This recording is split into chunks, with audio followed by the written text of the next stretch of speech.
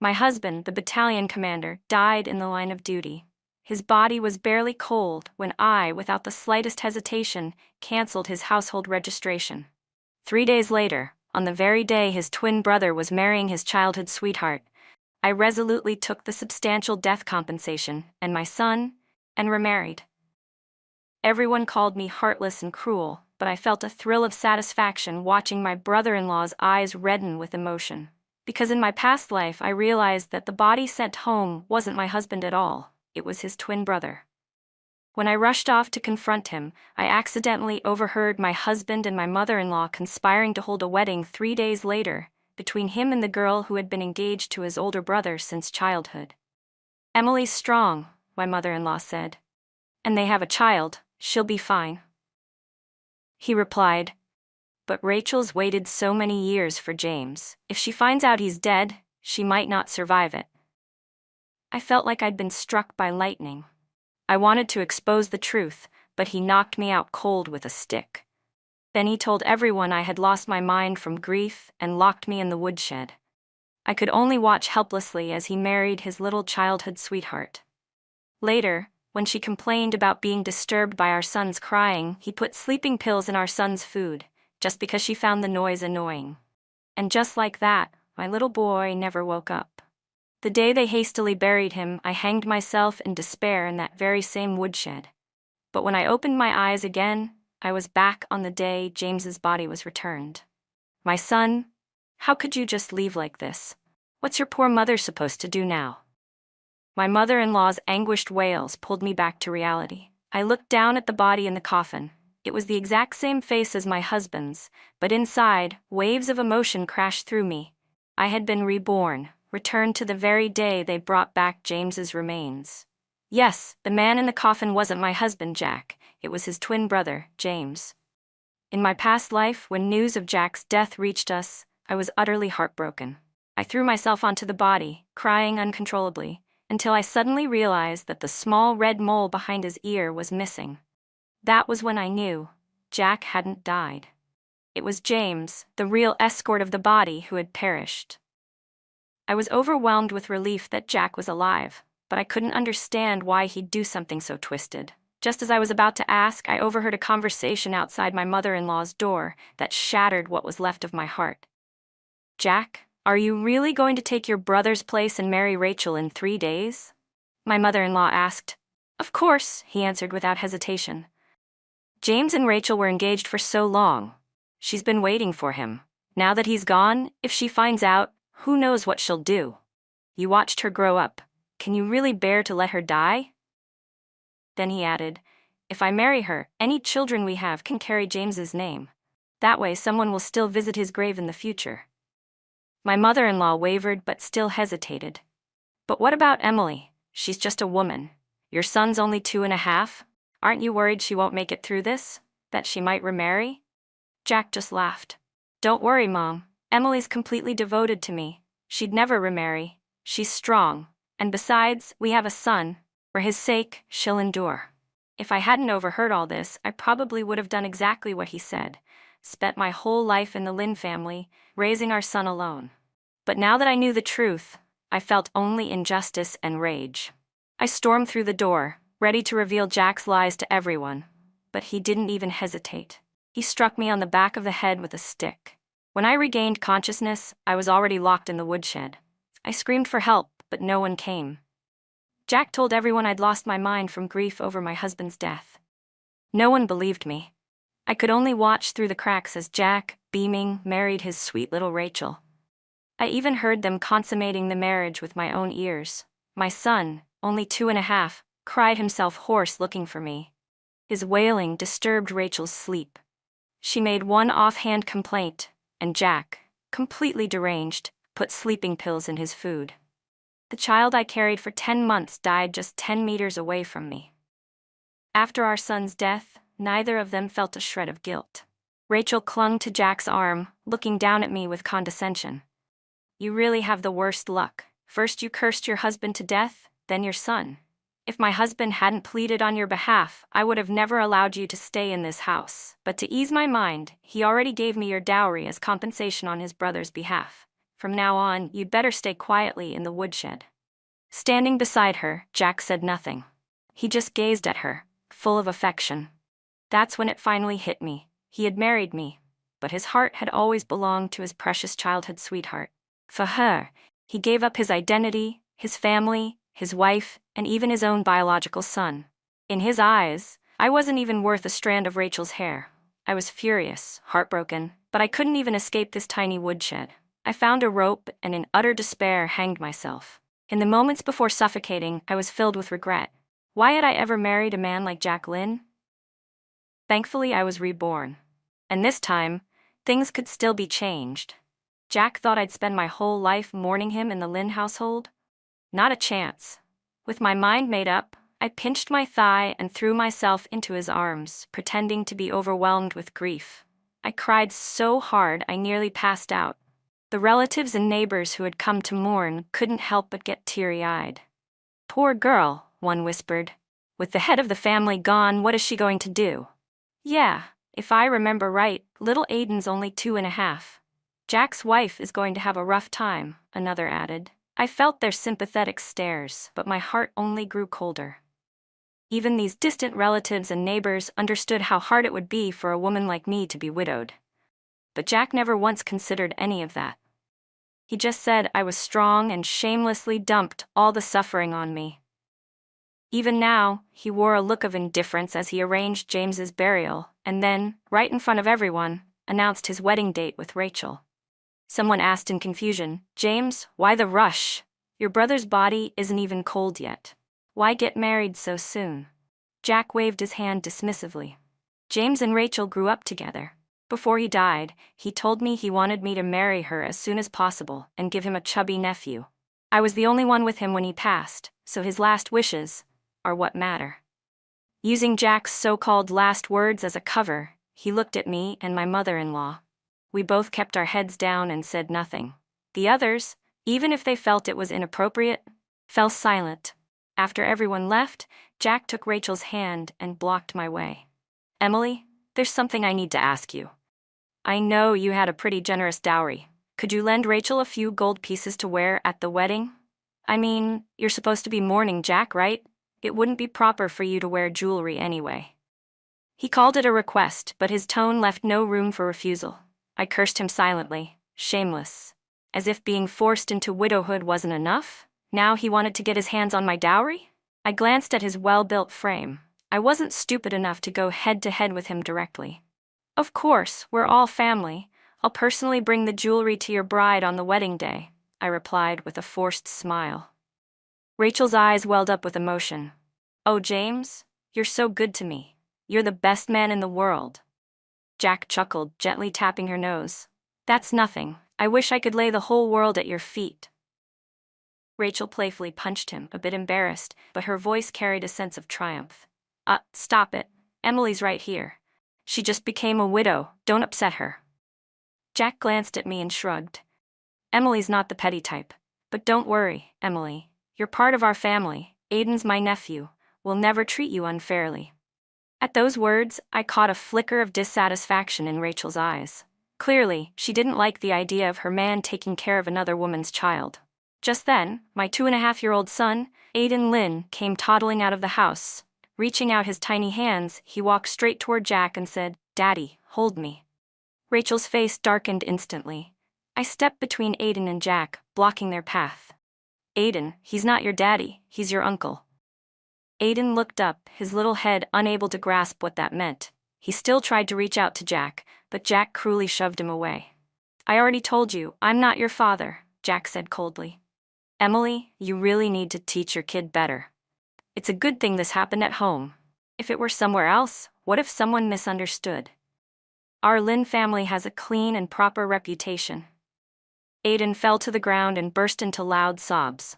I rushed to pick him up, and even as I held him, I could still hear Jack self-righteously lecturing. I was shaking with rage, clenching my jaw to keep it all in. "I'll take care of my child, James," I said stiffly. Jack seemed relieved and finally showed a hint of regret. He reached out as if wanting to pat Aiden on the head to comfort him, but Rachel interrupted. "James, didn't you say you'd take me shopping? Let's not waste time." Aiden watched them walk away. the hope in his eyes dimming, his cries softened, turning to quiet whimpers. "Mommy, Daddy left. He doesn't want us anymore, does he?" My throat tightened. I gently stroked his soft hair. "Aiden, that's not your daddy. Your real daddy is gone. He's never coming back. But Mommy will find you a new daddy, someone who'll love you, okay?" Aiden didn't understand what gone meant, but he looked at Jack, who never turned back even once, and seemed to vaguely get it. He gripped my hand and gave a small nod. What Jack didn't know was that he wasn't the only one who had a childhood sweetheart. I found an excuse to step outside and called my childhood friend, Alan, someone I had grown up with. When I told him I was looking to remarry and asked if he could introduce someone reliable, he got angry. "What, Jack treats you that badly?" Just that one question made my eyes sting with tears. I briefly explained the situation. On the other end of the call, I heard a loud crash. He had punched the wall. "All right," he said. "I'll introduce you to someone dependable." I let out a breath I didn't know I'd been holding. I just had to wait until Jack and Rachel's wedding day. After I left, I'd have nothing more to do with the Lynn family. But before that, there were still many things I needed to take care of. Because Jack and James were identical twins, it was especially easy for me to cancel Jack's military registration and claim the compensation. I separated out the portion meant for my in-laws and quietly put the rest into my own bank account. When I returned home, I gathered up everything that had to do with Jack over the years and stuffed it all under the stove. By the time Jack brought Rachel back to the house, everything had already turned to ash. But he didn't even notice. When he saw me in the kitchen, he reflexively said, "Make some pork noodles tonight." It wasn't until Rachel pinched his arm that he came back to his senses. He gave a couple of awkward coughs and quickly covered. "Rachel, I remember my brother saying Emily makes the best pork noodles. Let her cook some for us to try." Rachel gave us both a long, appraising look before scoffing. "It's just pork noodles. What difference does it make who cooks them?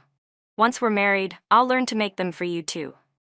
Jack hurriedly pulled her close. "No way. I didn't marry you so you could work in the kitchen. We'll have someone else do all that. You just rest and focus on giving me a big, healthy son." Rachel broke into a radiant smile at his sweet words. The two of them walked off, laughing together. I stood there, replaying Jack's words in my head, and couldn't help but laugh bitterly. My mother-in-law had always been in poor health. Jack had to earn money, and now Rachel needed to be well cared for. So who exactly was left to do the housework? Turns out his plan was for me to stay and work like a servant for their happy little family. Even knowing what he was thinking, I didn't say a word. After all, I'd be gone in 2 days. I acted like I didn't care, letting Jack and Rachel order me around like I was their maid. Even my mother-in-law, who'd been swayed by Jack's sweet talk, couldn't stand to watch anymore, and gave them a few stern warnings. Only then did they tone it down a bit. But Rachel had been spoiled all her life. Even if she pretended to listen to my mother-in-law, deep down she still refused to accept me. Whenever something didn't go her way, she'd throw a tantrum at Jack. And Jack, of course, indulged her completely. Just hearing her complain that her feet hurt from walking, he immediately spent the rest of his money buying her a bicycle. Then came the sewing machine, a refrigerator, even a television, something so rare that not even many families in the provincial capital had one. When all these big-ticket items were delivered to the house, the Lynn family instantly became the talk of the village. Everyone was stunned by how lavishly Jack was spending on his wedding. "James, you're really spoiling your bride. All this stuff must have cost a fortune." "Yeah, with so many big items, even marrying a city girl wouldn't cost this much." Jack just looked lovingly at Rachel and said, "So what if it's expensive? I just want to give Rachel the best. I want her to be the happiest bride there ever was." The onlookers were filled with a mix of envy and jealousy. Someone, catching sight of me standing quietly to the side, deliberately stirred the pot. With such a wealthy family background, I bet Jack spent a lot when he married Emily too, didn't he? Jack's smile froze. He lowered his head and didn't dare look at me. I knew exactly why he was feeling guilty. I sighed. When Jack married me, I didn't ask for a single cent of bride price. I said it clearly and plainly, right in front of everyone. The nosy aunt who had tried to cause trouble was momentarily speechless. She let out a couple of awkward laughs. Well, times were tough back then. Who knows, maybe he would've if he could've. The fact that both Lin brothers had served in the military, and now one had died, meant the compensation was definitely substantial. It was obvious that all the lavish spending on Rachel was favoritism. More than a few people began looking at me with pity. Jack seemed a little thoughtful for a moment. Rachel's expression flickered. "I didn't consider your feelings, Emily. That was my mistake," she said. "James, take the things back. I don't want Emily to feel wronged." Whatever guilt Jack had started to feel toward me vanished in an instant. "If she didn't get all this, it's just bad luck. It doesn't mean she ever deserved it," he said. "Rachel, you're too kind. One day, someone with a scheming heart is going to take advantage of that." He was basically accusing me of deliberately trying to make Rachel feel guilty. I couldn't even bother to respond. I just stood and watched as he cheerfully moved all the items into the room he now shared with Rachel. I sneered silently. There was no way Jack could afford all that on his own, not unless he used the military compensation money. I had assumed he would come ask me directly. But to my surprise, it wasn't Jack who came looking for me the day before the wedding. It was my mother-in-law. She approached me cautiously, glancing at my face as if to gauge my mood before speaking. "Emily, you must have received Jack's compensation money by now, right? It's quite a sum. Why don't you let me help manage it for you?" I furrowed my brow and feigned confusion. "Mom, that would be too much trouble for you. In just a few years, Aiden will be starting school. There are so many expenses ahead. It wouldn't be appropriate for me to keep asking you for money all the time, would it?" Her eyes flicked toward Aiden, who was sitting on the bed. She looked conflicted. Of course she loved her grandson, but he might not be her only one in the future. Once her mind was made up, she dropped the gentle act and straightened her posture. "Emily, you're my daughter-in-law. As your mother-in-law, it's only natural that I help you manage the money. And besides, now's exactly when the household needs funds. You can't possibly be thinking of hogging Jack's compensation all to yourself, can you? His brother's getting married. You should at least contribute a little, don't you think?" Now that she had laid her cards on the table, I didn't refuse anymore. I dabbed my eyes and played the pitiful daughter-in-law. Taking a small envelope out of my pocket, I handed it over. "You're right, Mom. This is the portion meant for you and Dad. After the wedding tomorrow, I'll give you the rest I've saved up." She felt the thickness of the envelope and nodded in satisfaction. Then, just like Jack used to sweet-talk me with empty promises, she said, "Don't worry, Emily. Even if Jack's gone, you'll always be my daughter-in-law. And Aiden will always be my grandson. The Lin family will never let you two suffer. Oh, and tomorrow's wedding feast will be hectic. You'll have free time anyway, so why don't you go help in the kitchen with the cooking?" I lowered my head and agreed. My obedient demeanor seemed to satisfy my mother-in-law greatly. Her mind was already focused on counting the money, and she didn't even notice that I had already packed up nearly everything belonging to me and Aiden. Before dawn the next morning, Jack banged on my door and woke me up. "Emily, get up and start cooking. We've got to prepare 10 tables worth of food." He was riding high on wedding joy, his voice practically brimming with giddy excitement. I stepped into the yard and looked at the big red wedding characters plastered everywhere, my expression cooling. When Jack and I got married, he said his parents were too old and didn't like fuss, so we kept things low-key. Looking at it now, it wasn't that his parents disliked a grand celebration, it was that I wasn't the bride they approved of in their hearts. Jack noticed my distant expression. After hesitating a moment, he glanced around to make sure no one was watching, then pulled a small silver bracelet from his pocket. "I got this while picking out jewelry for Rachel. Here, it's for you," he said, stuffing it into my hand before I could respond. "Emily, thanks for all your hard work these past few days. I know things are tough without a man around, but don't worry. Once everything's settled, I'll talk with Rachel about us sharing the household responsibilities." Then he turned and left to pick up the bride. I stood there, disgusted, and flung the bracelet to the ground, stomping on it twice. Revolting. Truly revolting. The moment he used the word share, as if I were some leftover burden, I felt like I'd been smeared with filth. He had originally been my husband, and now he was standing there offering me scraps like a benefactor. How could he be so shameless? Thankfully, it was time. Time for me to leave. Just as Jack led the wedding procession out to pick up Rachel, I slung my bundle over my shoulder, hoisted Aiden onto my back, and took one final look at the place I'd lived in for so many years. There wasn't a shred of sentiment left in me. Meanwhile, Jack, on his way to the bride's house, was feeling unexpectedly uneasy. Was it just nerves about finally marrying Rachel? He couldn't figure it out. This wasn't his first wedding, after all. But Rachel, she wasn't like Emily. Rachel was the one he truly loved, the one he'd always kept in his heart. Emily, she had just been convenient, suitable as a wife. He never thought he'd have the chance to marry Rachel in this life. Then his brother died. He had hesitated only for a moment before deciding to take James's place and continue living as him. Rachel was understanding. Surely she'd be okay with them sharing responsibilities between the two women. That way, he wouldn't be letting Emily down either. Thinking about a future life with the woman he truly loved, Jack was practically glowing with pride. But when he returned to the Lynn home with Rachel in tow, he saw his mother stumbling out in a panic, holding a letter in her hand. "It's bad, Emily." She took Aiden and left. "She said she's remarrying." Jack's vision went white, and he nearly dropped Rachel off his back.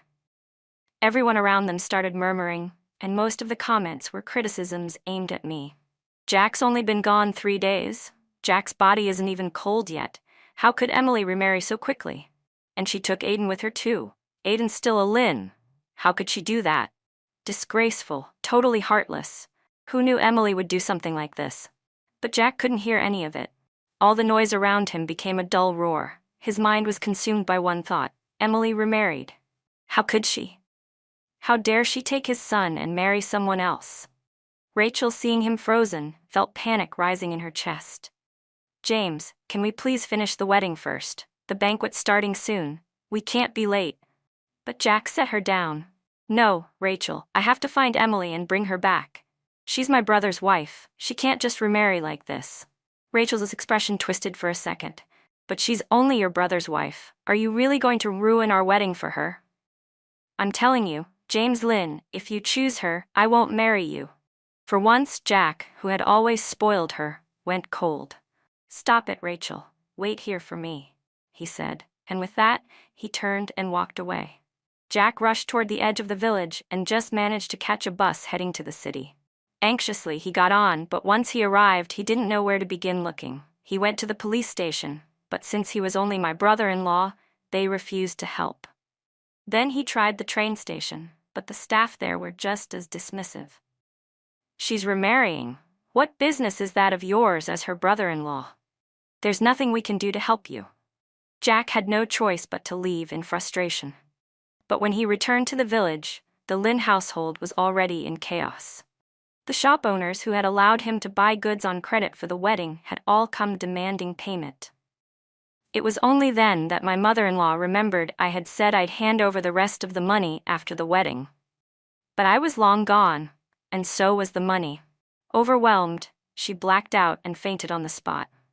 With no one else to turn to, the angry creditors turned on Rachel, who was still dressed in her bright red wedding clothes. But there was no way Rachel could come up with that kind of money. She fumbled and argued, stalling as long as she could, until she saw Jack walking back through the gates. "My husband's home now. Go ask him for the money." And so, the moment Jack stepped into the house, he was surrounded by creditors demanding their dues. It was only then that he realized just how short on cash he really was. He had planned to use part of the military compensation money to settle these debts, but that was clearly no longer an option. Looking embarrassed, Jack tried to explain. "Please, everyone, give me a couple more days. I'm a little short right now." "Short on cash?" one of them snapped. "Then what the hell were you doing pretending to be loaded? If you don't pay us within 3 days, we'll call the cops and have you arrested. Don't even think about trying anything shady." Back in the military, Jack had always been admired. He even rose to battalion commander. And after assuming his brother's identity as a martyr's family member, he was respected wherever he went. He had never suffered such humiliation before.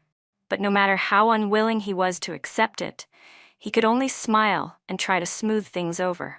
After much effort, he finally managed to send the angry creditors away. But no sooner had they left than Rachel began her tirade. "I thought you said we'd have money after we got married. Where is it? You don't even have enough to cover what we owe.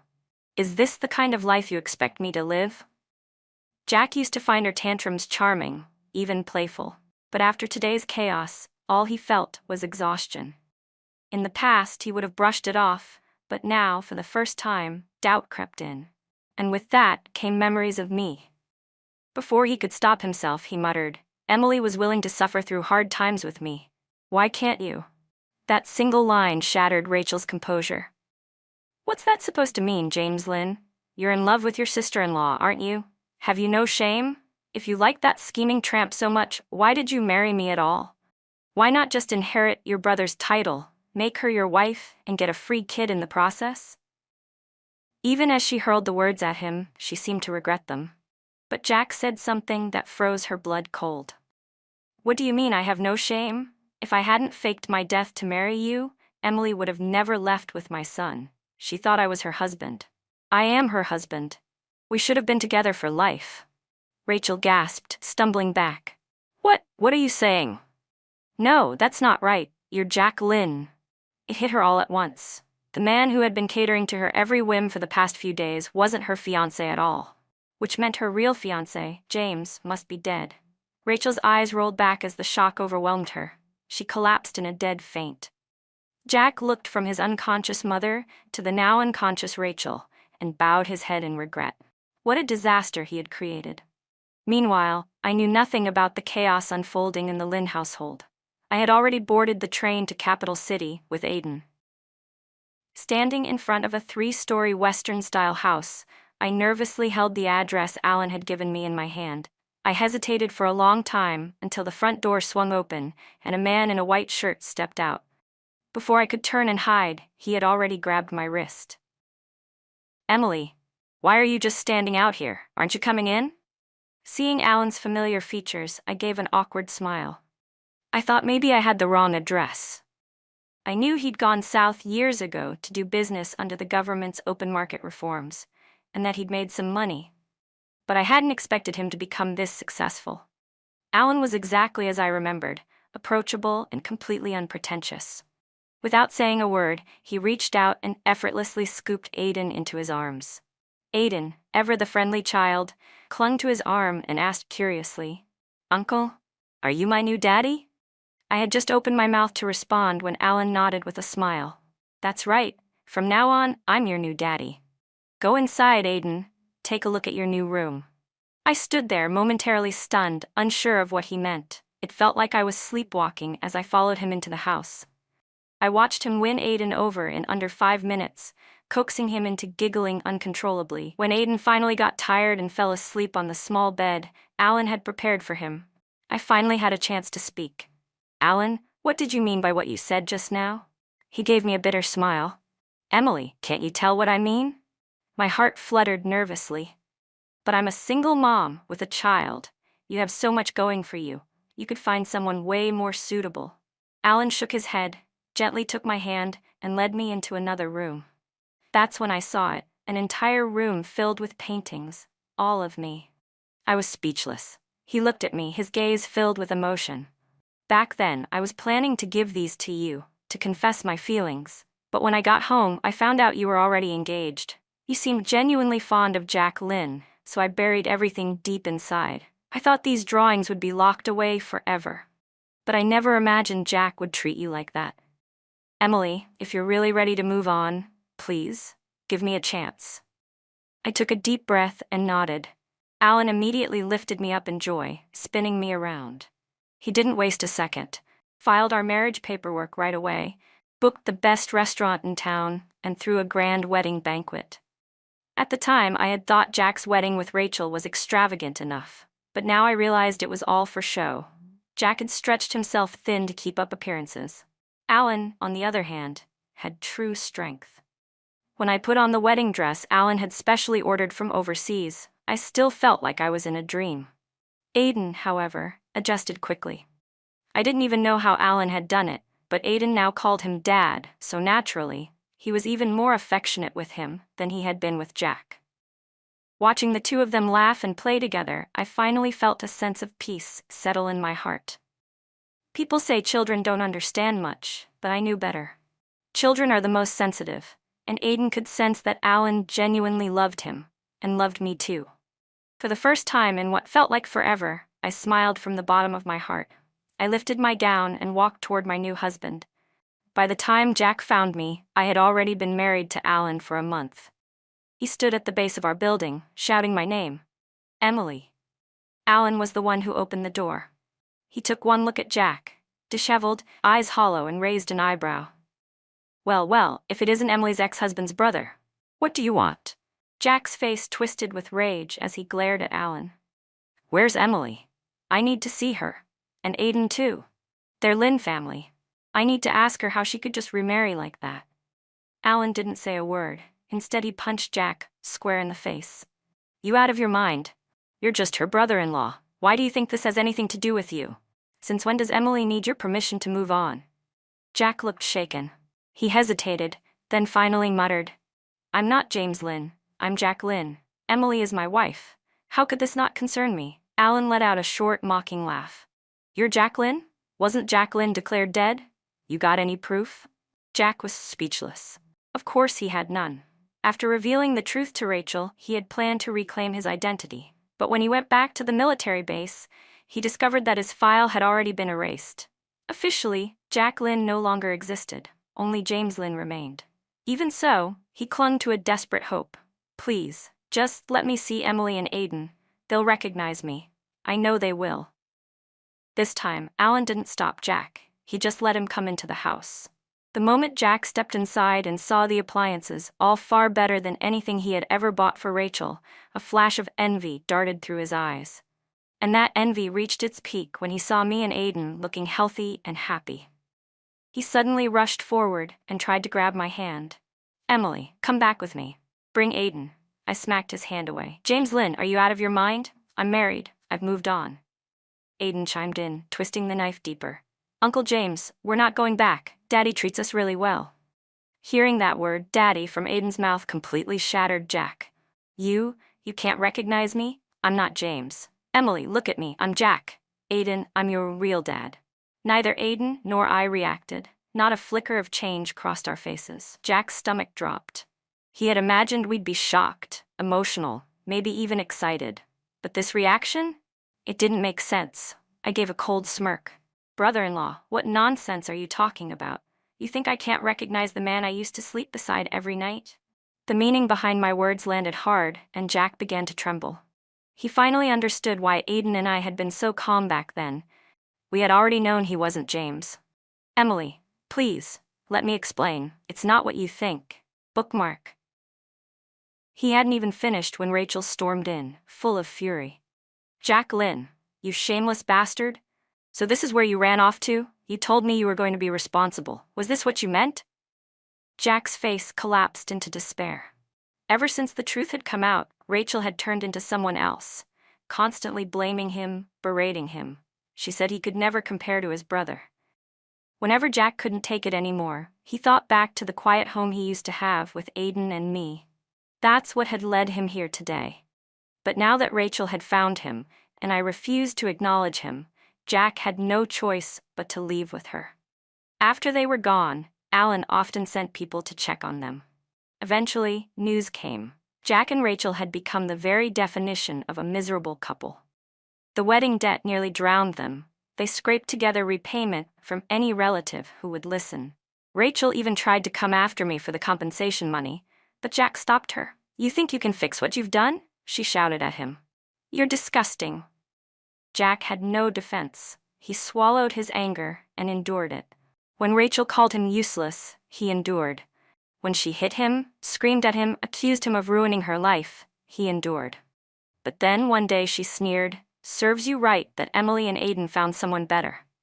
That broke something in him. Jack's eyes went bloodshot, and in a rage he lunged and wrapped his hands around her neck. How dare you say that? If it weren't for you, I never would have made that choice. It's all your fault. I could have had a happy family, a perfect life. But Rachel wasn't one to back down. Even as he choked her, she kept pushing. What does that have to do with me? You were the pathetic one. I was just toying with you. Who knew you'd still want me after getting married? That fake death plan? That was your brilliant idea, not mine. Jack's grip tightened, his eyes red with rage. Shut up. Just shut up. By the time he came back to his senses, Rachel was already limp in his hands. Her face had turned an eerie pale. When he let go, she crumpled to the floor. Jack had strangled Rachel to death. He knew, in that moment, that his life was truly over. When the police came and dragged him away, he asked to see me and Aiden just once. I refused. I only sent a message through someone else. You're an uncle. And that's great, because no matter how deep your criminal record runs, it won't affect Aiden's future. After hearing those words, Jack snapped. He went mad, ranting to anyone who'd listen that he wasn't James Lynn, that he was Jack Lynn. But no one believed him. When Jack's mother heard he'd been arrested, she suffered a stroke from the shock and passed away. With her gone, there was no one left to vouch for him. No one cared whether he was Jack or James. Some villagers may have suspected something, but at most, they just muttered behind his back, calling him shameless. Jacqueline loved impersonating someone else. So that's who he'd stay. Forever trapped in the wrong identity. When he died, even the name on his tombstone wouldn't be his own. As for me and Aiden, we would live well. After all, birds and fish do not share the same path.